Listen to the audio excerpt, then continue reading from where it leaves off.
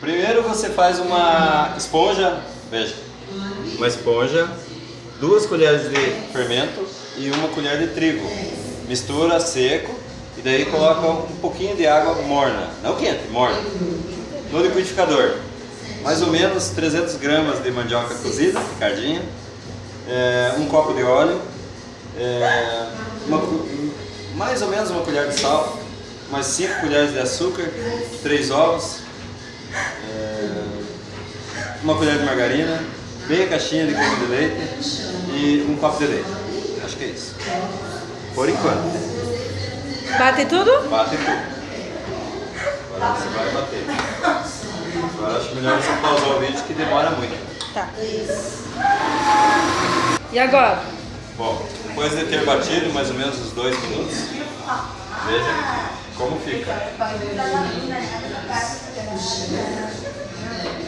Coloque em uma vasilha.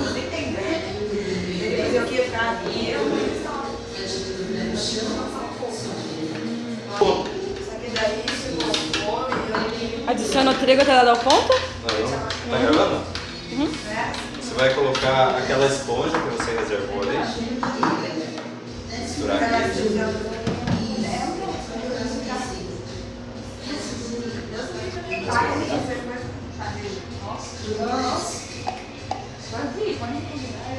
E foi 2 colheres.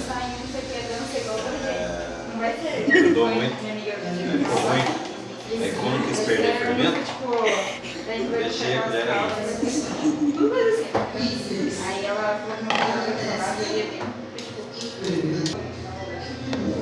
Mistura a esponja com aquele batido. Pronto. Agora você vai adicionando o trigo até dar o ponto. Ela fica uma massa não muito firme. Senão o pão não vai ficar. Você vai adicionando o trigo até dar o ponto. tem espaço, então Fala. daí eu falei que não. Trigo tem que ser Venturelli.